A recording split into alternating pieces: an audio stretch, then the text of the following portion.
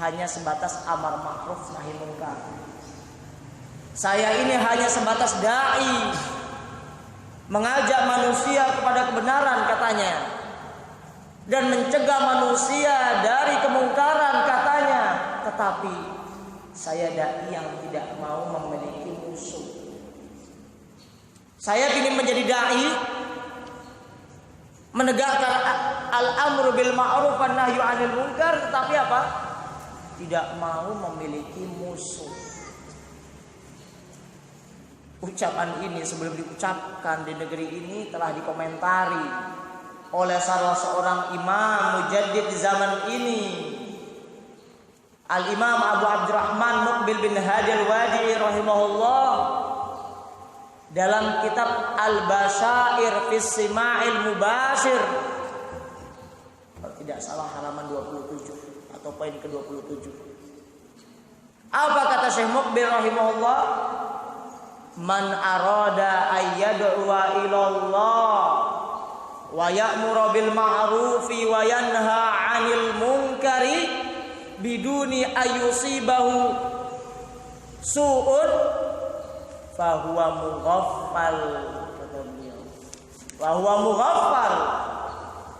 Kalau ada orang yang mengaku ingin mengajak manusia kepada jalan Allah, kemudian dia mengaku ingin mengajak manusia kepada kebajikan, ingin mencegah manusia dari yang namanya kemungkaran, tetapi biduni ayyusibahu su, tapi dia nggak mau ditimpa kejelekan, nggak mau punya musuh, nggak mau difitnah orang, nggak mau dicela, disakiti, diintervensi. Fahuwa mughaffal. Maka dai yang demikian itu adalah dai yang lalai. Dia tidak sadar apa yang sedang dia kerjakan. Entah orang yang lalai atau orang yang memang penakut dalam dakwahnya. Orang yang hobi basa-basi di dalam menerangkan tentang Alkitab dan sunnah Nabi kita yang mulia Muhammad sallallahu alaihi wa ala alihi wasallam.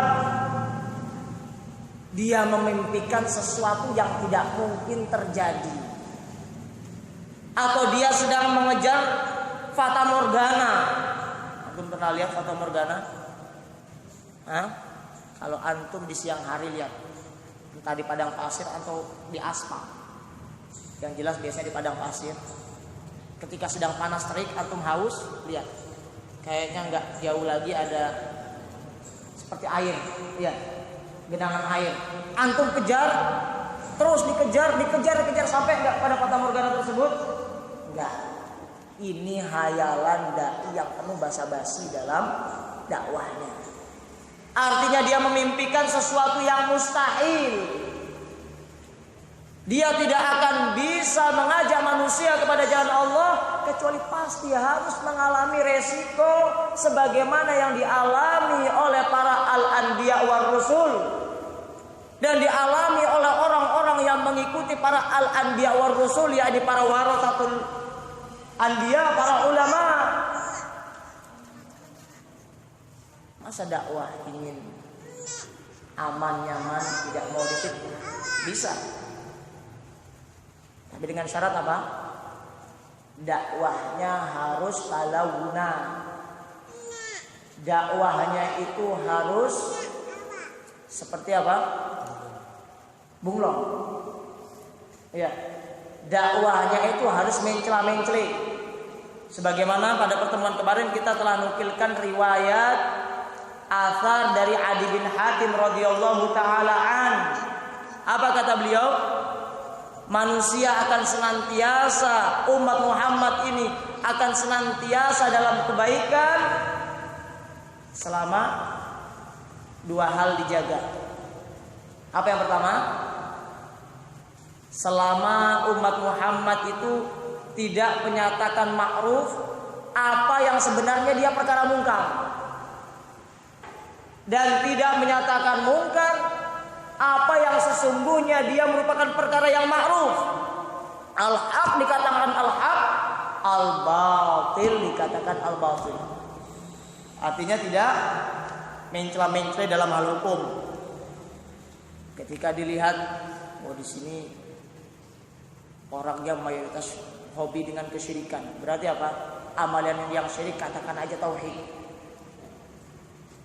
Atau yang sebaliknya, amalan yang tauhid, katakan saja syirik. Oh di sini mayoritas penghuninya ahlul bidah, berarti apa? Yang bid'ah katakan dulu hasanah. Demi keamanan dan kenyamanan. Ini yang pertama. Kemudian yang kedua, madama alimukum yatakallam bi ghairi khaif, katanya Syekh Adi bin Hatim radhiyallahu taala an, selama dai kalian tidak berbicara didasari jiwa penakutnya. Kalau jiwa penakut sudah berbicara, tentunya apa? Dia berbicara mengikuti selera umat, karena takut digebuki. Dia berbicara mengikuti apa yang diinginkan oleh manusia, karena dia mengejar si merah. Bahasanya apa? Si halus-halus. Iya, mengejar uang. Nah, kalau dalam keadaan demikian, manusia akan baik.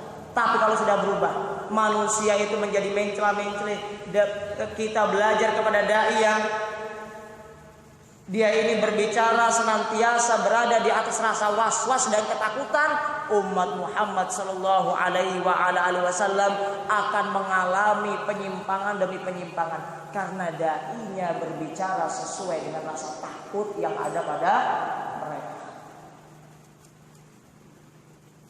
Makanya sebuah kemustahilan. Mau berbicara tentang agama, mau mengajak manusia kepada Alkitab wa Sunnah, tapi tidak mau memiliki musuh. Fahadza da'i jahil. Maka yang demikian ini adalah dai yang bodoh, atau dai yang tidak mengerti hakikat apa itu kebenaran. Dai yang tidak pernah membaca sejarah orang-orang yang berada di atas kebenaran. Baca sejarah para ulama, baca kitab Syiar A'lamin Nubala karya Al-Imam Az-Zahabi, baca kitab Tarikh Islam karya Al-Imam Az-Zahabi, baca kitab yang menjelaskan Al-Mumtahanuna minal ulama, ulama-ulama yang selalu mendapatkan ujian, terutama sejarah para imam-imam mujaddidin dalam dakwahnya. Ada enggak di antara mereka yang namanya itu bersih, seluruh penduduk bumi ini mencintai dia? Enggak ada. Tidak akan antum dapat. Makanya ada ucapan yang masyhur dari ucapannya kaum salaf dan dinisbahkan di antaranya kepada Al-Imam Syafi'i rahimahullah, bahwa ridwan nas ghayatun la tudrak. Ridwan nas ghayatun la tudrak.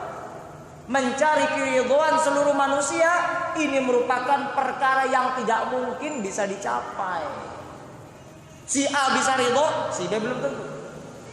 Si A, si B bisa ridho, si C belum tentu. Begitu juga sebaliknya. Terus penduduk provinsi ini suka, provinsi lain belum tentu suka.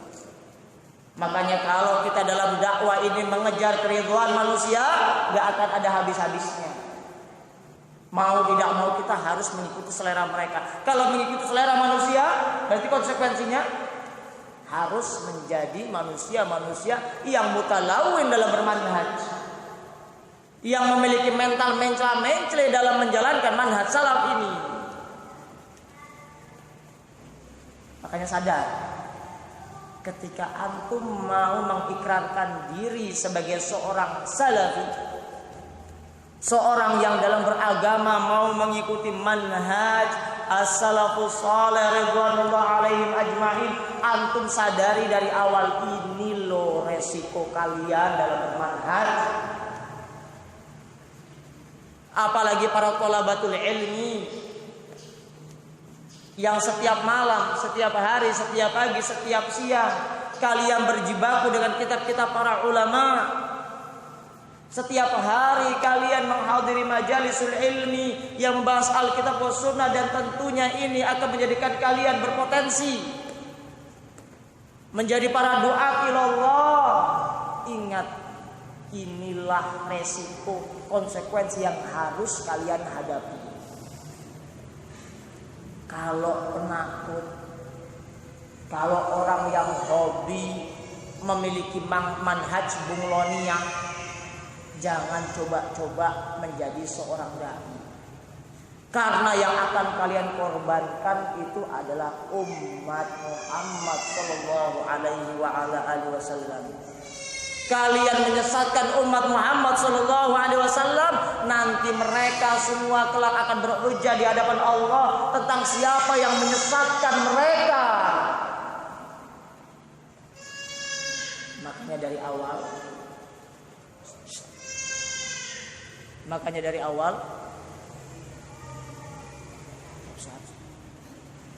dari awal ketika kita menjadi seorang salafi, ingat surat Al-An'am. Wa kadzalika ja'alna likulli nabiyyin aduwan syayatinal insi wal jinni. Ingat dengan hadis dari Waraqah, ma ya'ti ahadun bimithli ma ji'tu bihi illa udiya. Supaya ketika antum mendapatkan ujian tidak kaget lagi. Ketika antum mendapatkan fitnah dari manusia ketika berjalan di atas sunnah, antum tidak terkejut, sehingga antum tetap istiqamah di atas sunnah Nabi kita yang mulia Muhammad sallallahu alaihi wasallam. Kalau antum para dai ilallah, antum tetap menjadi para dai yang qawwalun lil haqqi wa la yakhafuna laumata laim, sifat wali-wali Allah. Antum menjadi manusia yang tetap menyuarakan kebenaran dimanapun antum berada. Dan antum menjadi manusia yang tidak pernah takut celaan manusia yang hobi mencela.